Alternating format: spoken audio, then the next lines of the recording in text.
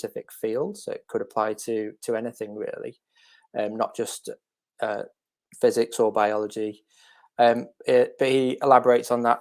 He says it's possible to infer from empirical evidence that some features of the natural world are best explained by an intelligent cause rather than by an unguided process.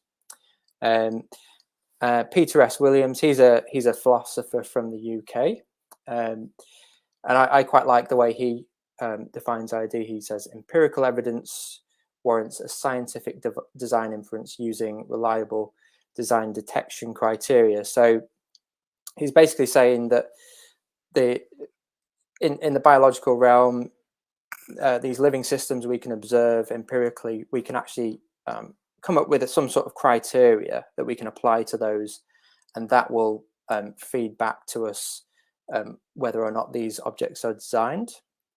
And J.P. Moreland and Garrett Dewey's, they define it as the central aspect of ID theory is the idea that the designness of some things which are designed can be identified as such in scientifically acceptable ways. So we can kind of make hypotheses and ask the question, if there is design in nature, are some of those designed objects things that we can actually detect ourselves with our own kind of tools? So that's what they're getting at there. And then the last one, this is from Bradley Monton, who's actually an atheist philosopher. He's got a fantastic book called Seeking God in Science, where he actually goes to some lengths to defending intelligent design. He thinks it's a worthwhile idea to explore. He also thinks it's science. He just thinks it's not true.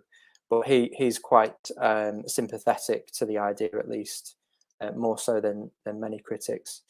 And he's very, because he's a philosopher, he's very specific with the way he defines things. So he says that certain biologically innate features of living things are best explained by the intentional actions of an intelligent cause, which is not biologically related to living things. So that's quite an important point there, that there's no biological relation.